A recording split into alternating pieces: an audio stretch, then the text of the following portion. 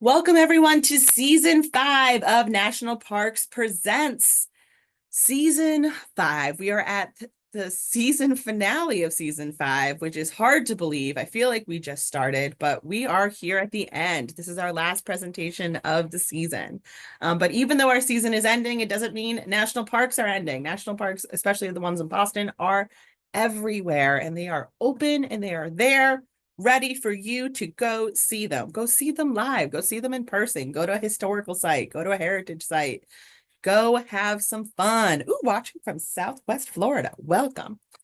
But yes, go check them out. Go outside. They do so many walking tours and they have amazing we did story maps. I love their website. Go check them out, please. You know what? We can just go bounce right into those boring Zoom features because again, I don't need to plug another one because it's our last one. But season 6 comes back somewhere next January. So definitely check us out then. And we're doing probably some summer programs as well. So definitely keep popping back in. But here we go. Our last time talking about Zoom this season. Hey, Karen, are we recording? The answer is yes, we are recording. You can catch up on this series and past seasons and all those things on the BPL YouTube page. Honestly, the fastest way to find it is to Google Boston Public Library YouTube, and it will be right there. And we have a National Parks playlist of season 5, 4, 3, 2, and half of 1, because we didn't start recording until halfway through 1. But definitely check that out. If you are not enjoying the captions that you are seeing right now, you can turn them off. Go down to like the Zoom menu bar at the bottom. There's the CC. You can click on that to hide the captions.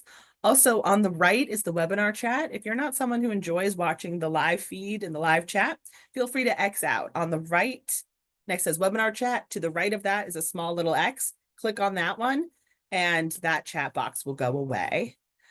And then the last thing, the most important thing that we love so much and why this presentation and this webinar and this whole series is amazing is because of you guys. You are the greatest group of people that come and watch programs. You guys are so kind and compassionate and your questions are so interesting that we keep the chat box open. This is such a rare occasion. I know you're like, Karen, you say it every time, but I need to make sure you guys know how rare this is.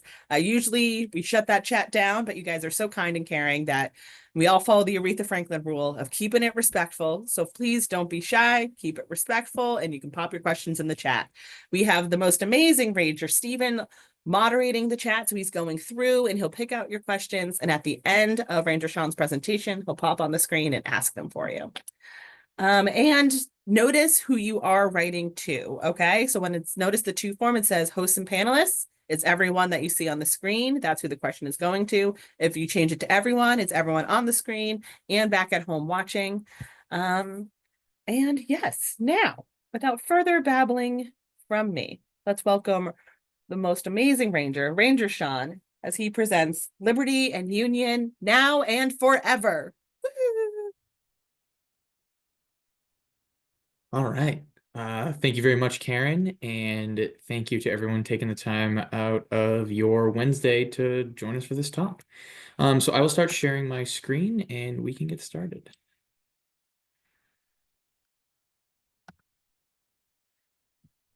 Okay, great. So just to kind of give a little bit of a background here, I'll talk for about 30, 35 or so minutes. And then, as Karen said, we'll definitely be able to open it up to questions.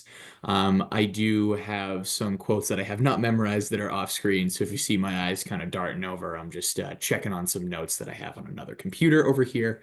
All right. So with that, we'll get going. So in January of 1830, Washington, D.C. was electrified. There was a lot of buzz in the air, and hundreds of people packed into the old Senate chamber, which you see depicted here, to hear what Daniel Webster, the man who has his hand on the desk, is about to say. He is going to be delivering a rebuttal to a senator from South Carolina by the name of Robert Hayne. This is a speech that simply becomes known as Webster's second reply, and it is one of the most famous speeches of his long, illustrious career in the Senate. He was one of the United States' most famous orators from the 19th century, and this is one of his most famous speeches. We'll get into kind of some of the details in a little bit, but essentially what Webster is doing is refuting Hayne's policies and beliefs in nullification, defending the New England region, discussing the institution of slavery, and calling for a larger belief in the Constitution and ultimately nationalism and union above all else.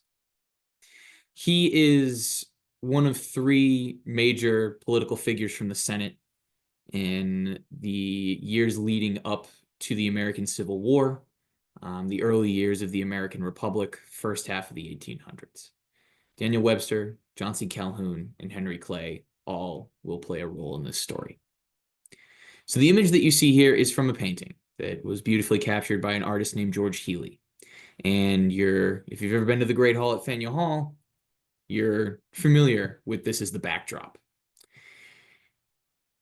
And if you've been to Faneuil Hall within the last year, you're also familiar with the idea that this painting is currently not on the wall, but is being restored, which we'll touch upon at the end of the presentation.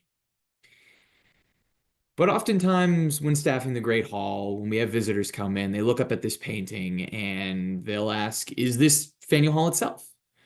And it's a fair assumption, right? That the largest painting in the center of the room would be of the room that you're in. And then when we kind of talk about Daniel Webster, oftentimes the question that we get asked is he the guy who wrote the dictionary? And though this speech, this image, and Webster himself is not as well remembered for those outside of the history field, this was a major moment and a critical moment in the lead up to the American Civil War, the expansion of the United States in the early, American Republic. This speech, again, is something that is not as well known today, but for nearly 100 years after he gave the speech, Webster's second reply to Hayne, it was taught in classrooms, memorized by school children, and even recorded as a record in the early 1900s that was a part of a famous speech series that included things like the Gettysburg Address and Patrick's Henry Give Me Liberty or Give Me Death speech. You can actually go on the Library of Congress and hear a snippet of this recording, really the end of the speech that Webster gives. So it's a critical moment in American history. It's a moment of expansion, a moment where you see the Constitution, constitutional protections, the expansion of the country, and most importantly, the questions about the institution of slavery being asked and trying to be answered. And this is a moment in the three men that I'll talk about, Webster, Calhoun, and Clay, really shaped that moment. And ultimately, this moment will eventually lead to the political demise of Daniel Webster due to support of policies that he will have later on that we'll touch upon in the presentation. And then finally, we'll talk about the painting itself and why it ended up in Faneuil Hall in the first place. But Daniel Webster, who was he? Well, Daniel Webster was born in New Hampshire. This is actually the site of the house that he was born in, and he's a son of New England, right? So he will attend school at Exeter, in Exeter at Phillips Academy. He will then study law at Dartmouth College. He grows up poor and was always looking to make money, and this will come into play in his political career and, comes into play when he is practicing law, right? This is something that never leaves him. He's always striving to make more money, and he always found himself in debt, even when he represented New England in the United States Senate. So he completes law school in 1807 and will set up a law practice in Portsmouth, New Hampshire. And it is around this time that Webster will begin to gain some fame as an orator, because this is also a time period in the lead up to the War of 1812, where the Jefferson administration will pass an embargo on trading with foreign ports. So France, England, because they've been seizing American ships. And with the New England economy completely, well, not completely, but mostly based in shipping and trade, this is something that will cripple businesses of this region of the country. Webster is going to speak out against this, first in New Hampshire, and because of some of the speeches that he was delivering, he electrifies his neighbors, who will then become his constituents, because Webster will be elected to the House of Representatives. He comes into age in Washington at the outbreak of the War of 1812. And Webster is going to be a strong opponent of the war due to the, consequences for New England, the crippling of the economy, right? So he is someone who is going to represent the region at a national level. And it's also during this time period that he is really going to grow as a public speaker, grow in fame for his oratory. And I think that that is captured not only with what he does in Washington, but also when he leaves and continues his law practice. Daniel Webster is a very successful lawyer. So successful, in fact, he will actually argue multiple cases in front of the United States Supreme Court. This is an image from a famous case, Dartmouth College versus Woodward, which essentially, and I'm not going to get into the fine details of this case, but essentially it says that private contracts cannot be interfered with by the state. He's representing Dartmouth College, his alma mater. And according to sources, when he's giving his argument and he's speaking in front of the Chief Justice, John Marshall, he brings John Marshall to tears. So he has the Supreme Court Justice, the Chief Justice of the highest court in the land, weeping from his words. Now, maybe there's a little bit of embellishment there, but nonetheless, I think what this speaks to is how great of a speaker Daniel Webster was. And his connections to New England continue to grow. And he is actually elected into the United States Senate, representing now Massachusetts. Webster has moved his law practice to Boston, where he feels that there is a better financial advantage for him, which is very much true. So he is not only representing New England, but he's especially representing the industrial interests of New England. The famous factory owners. He is someone who is going to take that industrial interest and speak to it very eloquently on the Senate floor, advocating for his state and for his region. He is an advocate and a proponent of free trade. He believes in what Henry Clay will dub the American system, a belief in, using the federal government to build infrastructure, roads, canals, etc. He's a proponent of a national bank. And these stances of Webster, his beliefs, he's definitely a politician. And someone who is, willing to kind of bend beliefs depending upon where the winds were blowing. And this is very much the case in 1828. And what will happen in 1828 sets up the speech in the debate in the Senate floor with Robert Hayne. And what comes up in 1828, which had been happening previously, but is very relevant, especially with this one in particular, is the 1828 tariff. Now, not going to get too far into the weeds on what this tariff was for, but there had been a series of tariffs since the War of 1812. And with the Tariff of 1828, what later becomes known, especially by Southerners, as the Tariff of Abominations. Essentially, what this tariff does is it will really help Northern industry. It becomes a major win for Northern manufacturers. There is a rate increase on goods being imported from outside of the United States, upwards of 50%. This increased the costs, which is really beneficial for Northern industry because that encourages people to buy things made in America. But if things are being made in America in the 1820s, that's coming from the Northeast. The Southern United States is largely agricultural, and they do not have a lot of industry. They do not have a lot of factories, and they want to import goods from wherever they want, not just from the North.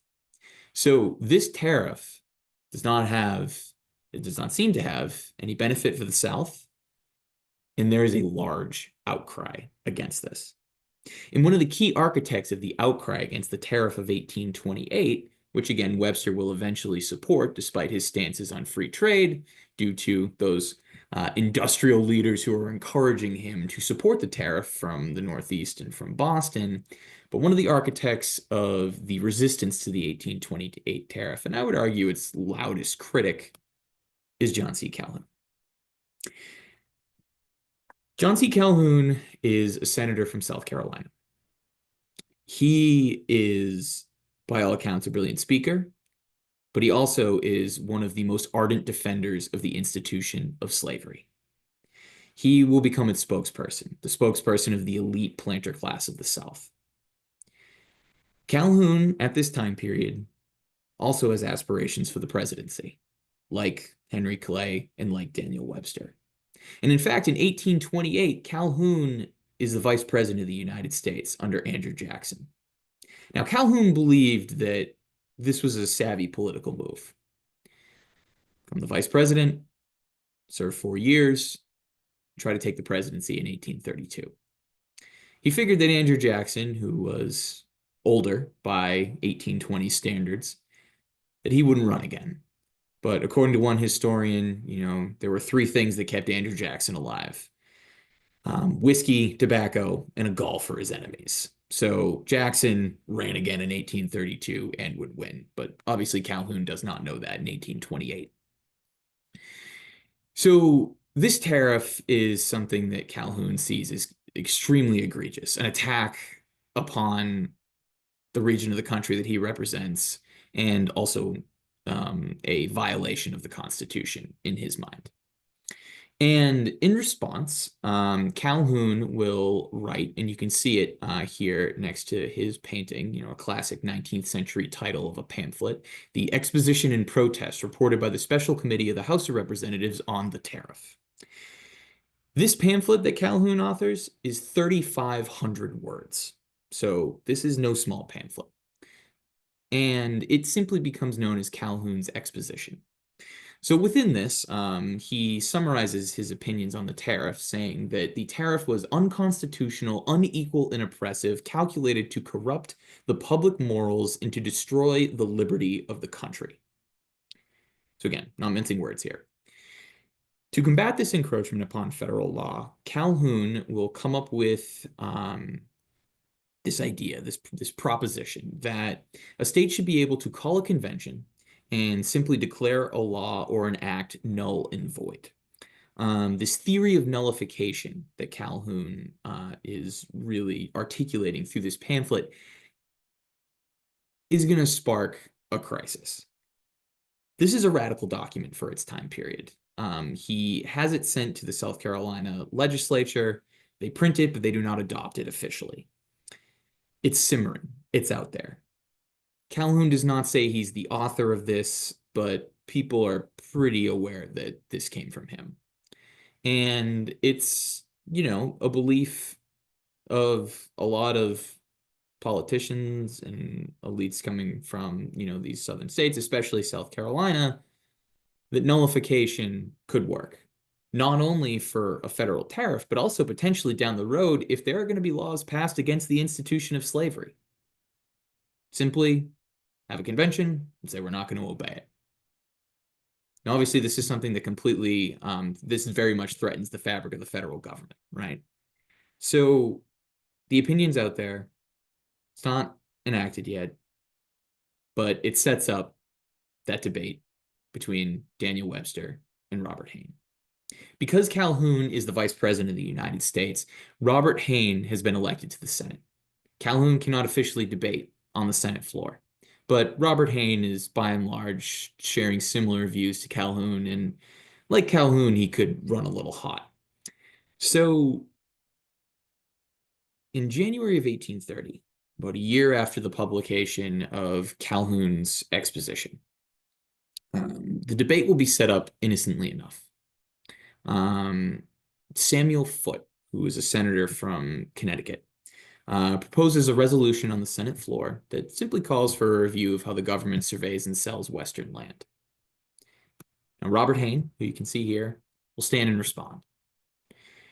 Not only will he use this as an opportunity to attack the resolution, but he delivers a fiery speech in which he attacks the amendment, the tariff of 1828, and the entire Northeast. Now, Daniel Webster, representing his region, feels that he is obliged to respond. And in his first reply to Hayne, he will skillfully shift this debate from the issue of the resolution to larger topics of nationalism, slavery, nullification, and the role of the federal government. And we'll get into Webster's opinions on the institution of slavery a little bit later on. Hayne will respond in kind, attacking Webster for bringing slavery into this debate and his previous support of free trade, which again conflicts with the support of the tariff. Hayne ended the speech with a strong defense of nullification. And this is what Webster wanted. So in the waning hours of the day, Daniel Webster will not respond.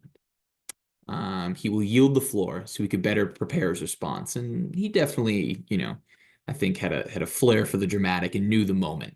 So he yields and builds anticipation for his response to Hayne, which he will do the next day, January 26th, 1830. Word spreads.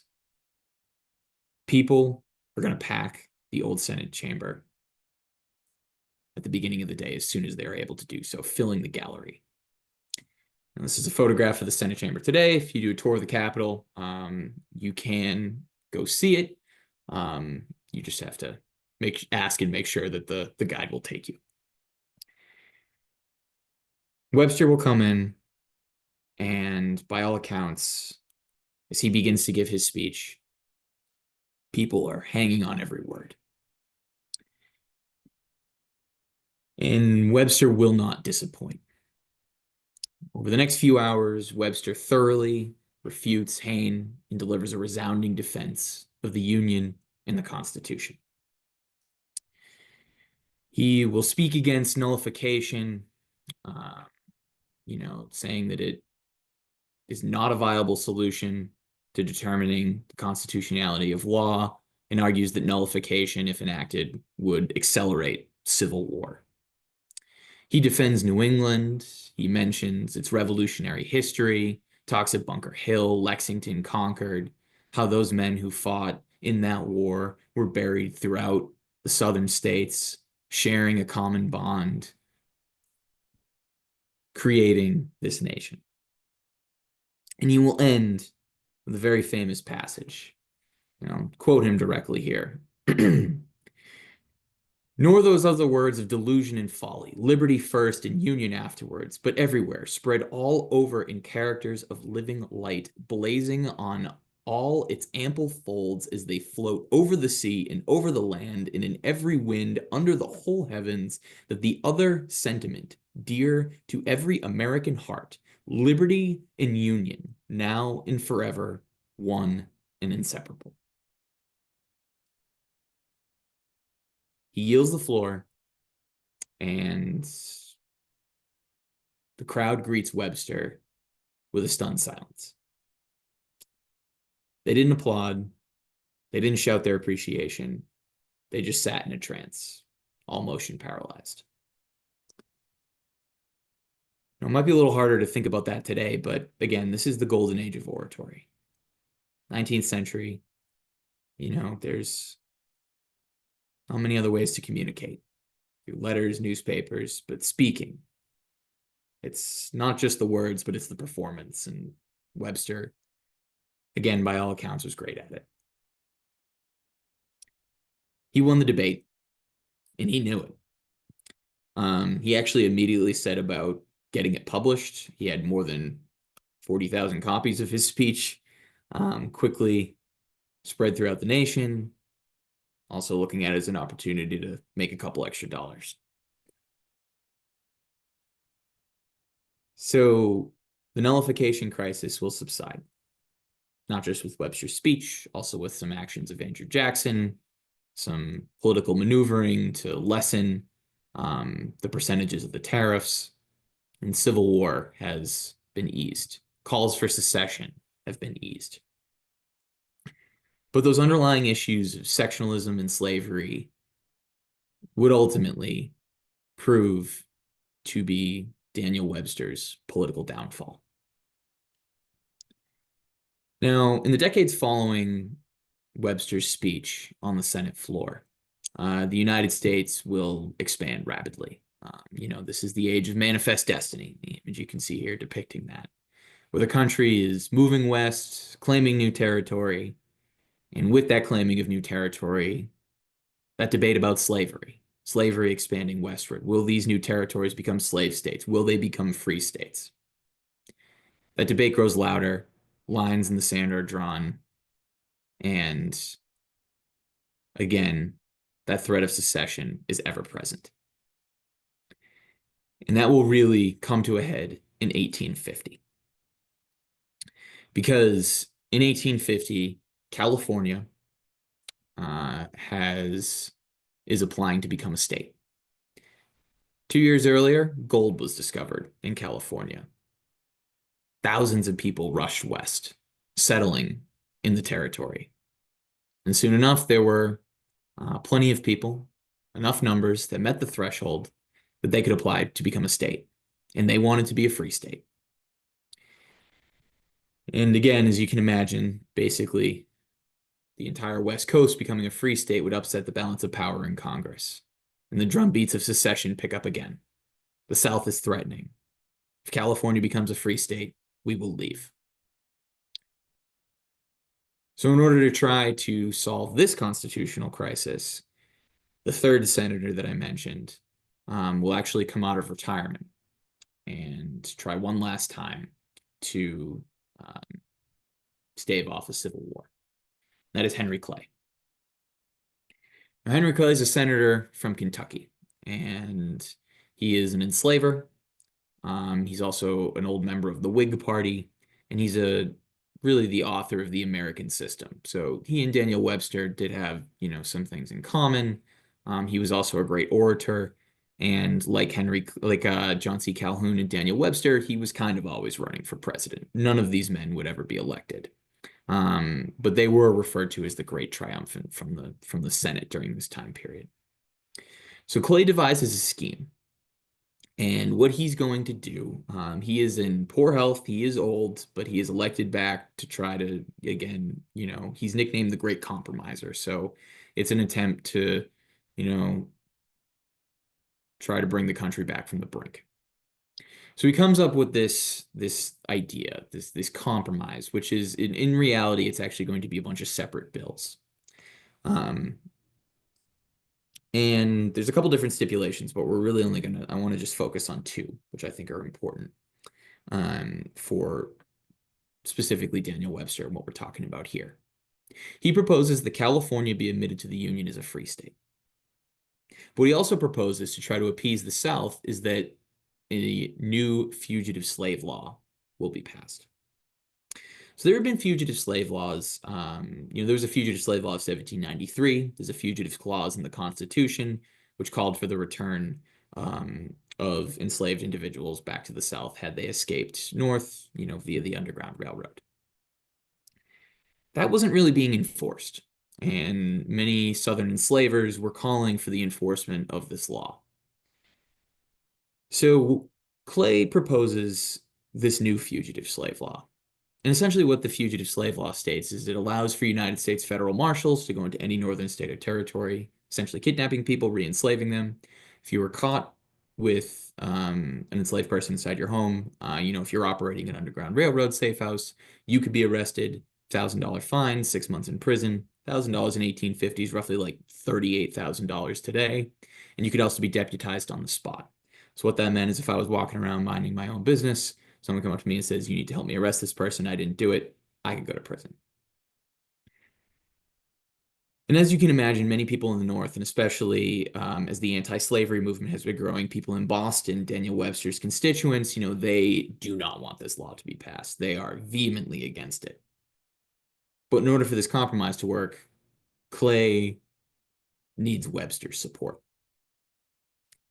So Webster is trying to figure out what to do.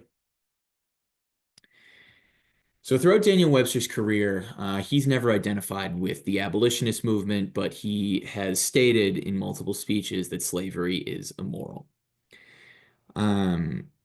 So referring back again, actually to his second reply to Hayne, when talking about slavery, Webster says, "I regard domestic slavery as one of the greatest evils, both moral and political."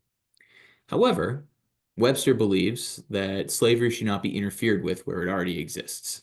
So again, from the second reply to Hayne, Webster says, "Whatever pain I may experience from them will not induce me to overstep the limits of constitutional duty or to encroach on the rights of others. The domestic slavery of the southern states I leave where I find it. In the hands of their governments, it is their affair, not mine." He's walking a line there, right? He's saying, I don't like slavery, but I'm not going to do anything about it where it already exists. It's not my job, not what I'm supposed to do. And he, in his mind, his preservation of the Union, means leaving it where it is, despite him believing that it's immoral. But with this compromise, he can't do that anymore. He can't walk both sides of the fence. So Webster, the pleading of Clay, has to make a decision. And as you can see here, the response, this is a broadside in Boston talking about the fugitive slave law. This is going to be a very contentious issue with a lot of people vehemently against it. But with the Compromise of 1850, Webster will deliver a speech on the 7th of March on the Senate floor, throwing his support behind the compromise. People were not sure what he was going to do. And what simply becomes known as the 7th of March speech, Webster famously begins it by saying, "I wish to speak to you today not as a Massachusetts man, nor as a Northern man, but as an American and a member of the Senate of the United States."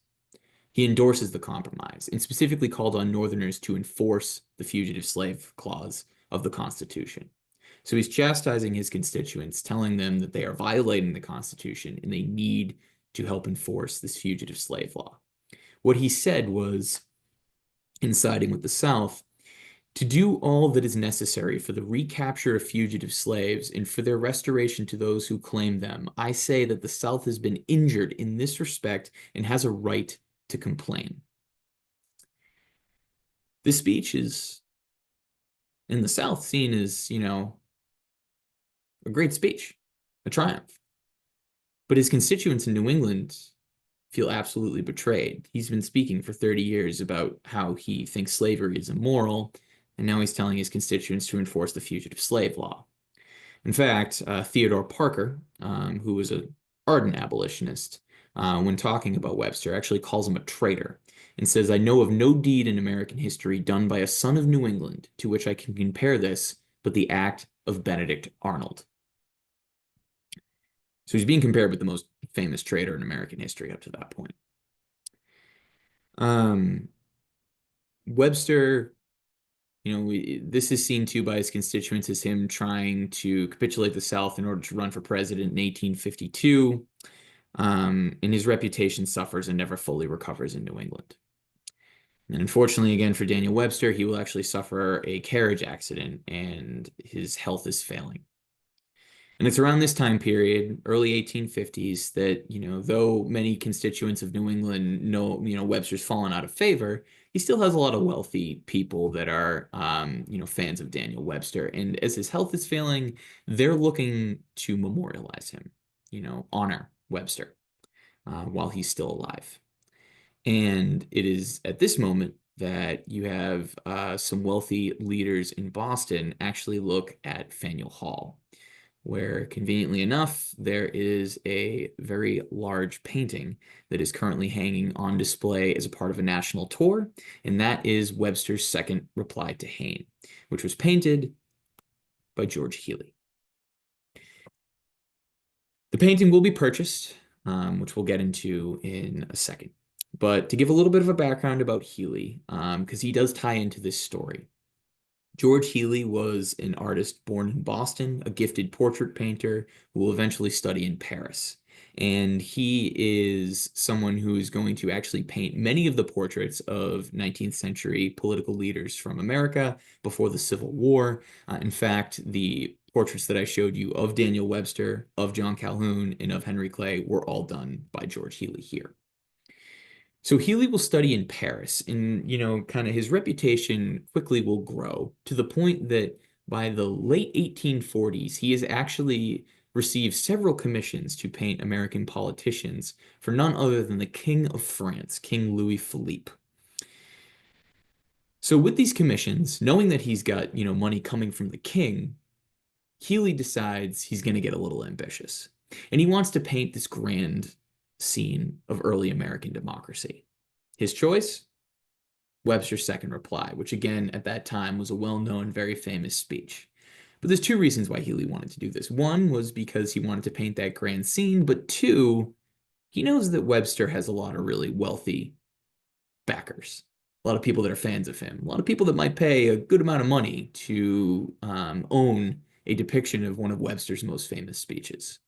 So Healy, while working on the commissions for the king, gets to work in his Paris studio. This is a photograph of his Paris studio. It's an older photograph from, about 20 years after he would complete the painting, but nonetheless, this was his studio. So Healy is working on the painting. He's making progress. He's working on it a little bit in America, working on it in Paris. But then, much to the horror of Healy in 1848, King Louis Philippe is forced to abdicate the throne during a revolution in France. Healy has lost several of his commissions that he has not finished and has not been paid for. George Healy has sunk a couple $1,000s of his own money into the Webster Replying to Hayne painting. He is really worried about financial ruin. So what he decides to do is he says, I'm going to finish it, I'm going to bring it to America, and I'm going to take it on a national tour where hopefully by charging, admission, I can recuperate some of my losses.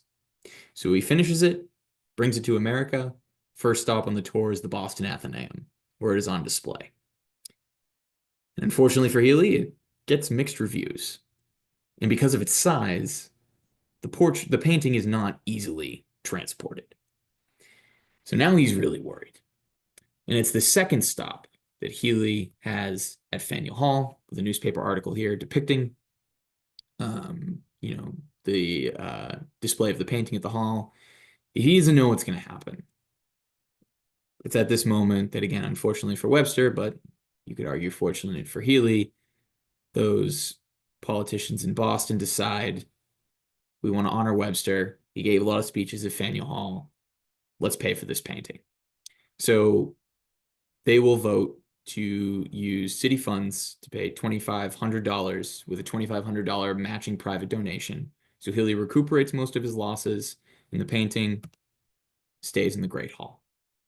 This is a photograph from, I think, about 1870, with the painting hanging up in the Great Hall. And by and large, except for conservation efforts, the painting has remained. This is a more modern photograph of what the Great Hall looks like. But again, if you've been to the Great Hall over the past year, you've noticed that it does not look like this. It looks very different because the Healy painting itself is being restored. The painting was ripping in the top and left and right-hand corners. And it needed to be repaired. It needs to be repaired pretty quickly. So through working with the city of Boston, they have, I think, done a really good job where they had the painting removed for conservation, taken off the wall. And because of the size of the painting, it is being conserved on site. So the painting is currently face down in the Great Hall. The wall has been painted. Back there, you can see, about 100 years of kind of wear and tear sitting behind a painting. And the restoration work is ongoing. It is a very large painting. It is a very old building, and there has been great care taken to ensure that the painting is going to be properly restored. Waiting on some reports with the goal of getting it back up on the wall. But wrapping up here, what I think is so powerful about the image is what you see right here. You think about this painting, it's been up on that wall by and large since 1852. It has served as the backdrop for over 170 years of history in the Great Hall. It has been the backdrop about debates about the fugitive slave law, conversations about women's suffrage, presidential speeches, John F. Kennedy, Barack Obama, and the modern use of the hall, a building that has been there for 280 years, continually used and operated by Bostonians, played a role during the American Revolution, the Civil War, again, labor movements, women's suffrage, modern debates, and it's still used today. This painting serves as the backdrop, which you can see here in this image, for every other Thursday when the hall fills with new citizens. And those citizens, they take their oath in this building with this painting looking down at them in a space where a lot of the original ideas and definitions of what it means to be an American were originally defined, reshaped over the years, discussed in places like Washington, also in Boston, by, individuals like Daniel Webster, but also individuals like Frederick Douglass, who spoke in the Great Hall. And it's a space where a lot of those original ideas and definitions are not only being expanded upon, but are still very much being discussed in that space today. So with that, I'm going to stop sharing my screen, and I am happy to take any questions.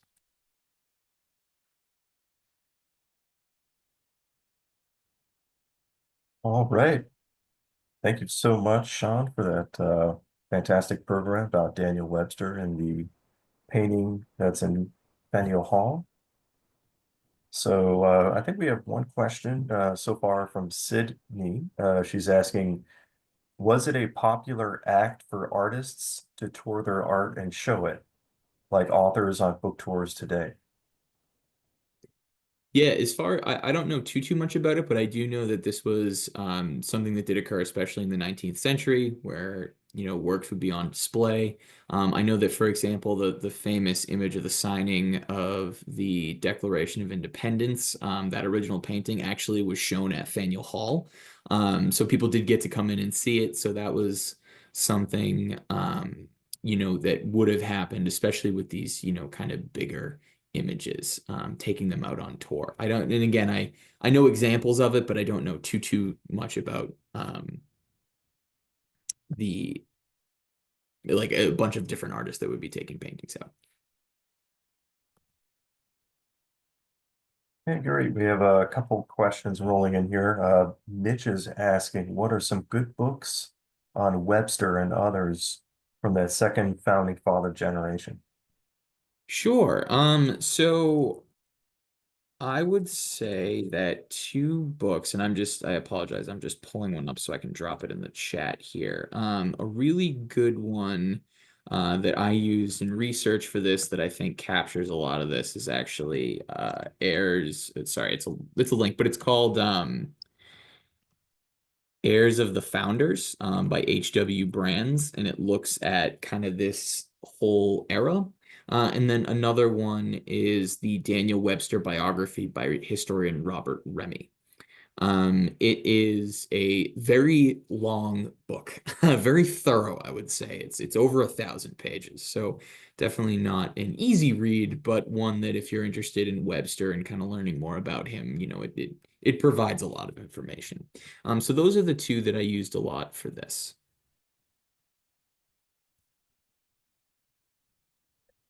Thank you for that answer there, Sean. I believe we have a question from George asking a little off topic, but did Webster have any involvement in the Hartford Convention of 1814? Yes. Webster was involved in the Hartford Convention, in the Air of Secession that came out from that, where there actually was, talk of New England attempting to secede from the Union. This was something that after the victory in the War of 1812 that haunted Webster a bit because he was seen as unpatriotic, because, he was a part of this convention. There wasn't like a official call for secession necessarily, but it was clear that it was something that had been discussed there.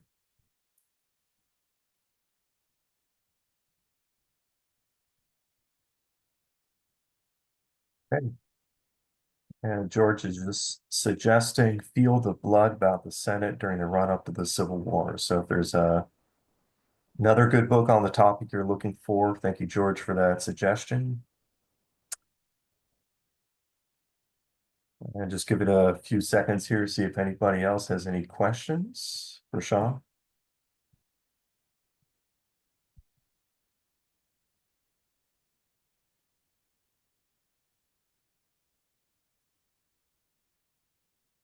Okay, question from Sherry. I was curious if you have any recommendations on learning more about the Compromise of 1850. Yes, on the brink of civil war. Trying to remember.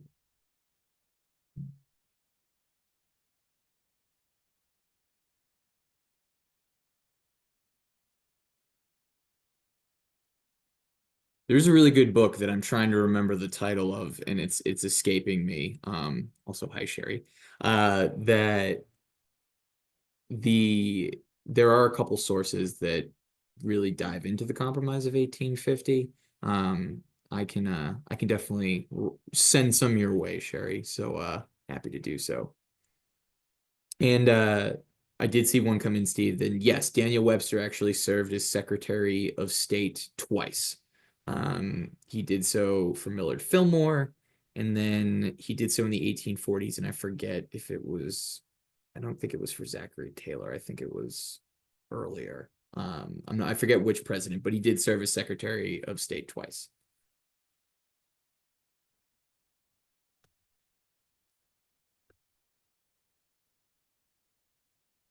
All right.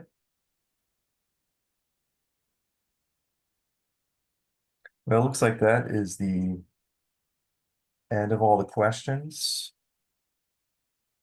Thank you everyone for attending, and there are no more questions. I'm going to hand it off to Karen. I found the Hey. book. Drop it in the chat.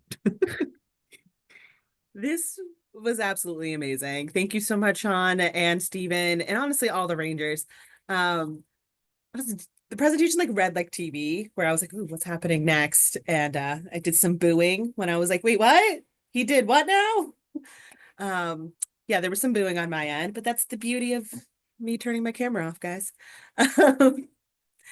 Thank you for joining us on this Wednesday evening. And again, this is our final one of the season, but we are coming back for season 6. Most likely in the probably around January is when you can find us again, because that's when we're all chilly, unless you have some snowbirds that love to fly off and leave us in the snow.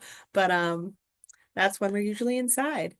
Thank you so much. Really, really appreciate it. And sad to see you go. So I'm holding on for a little bit, but I should let you have your evening again.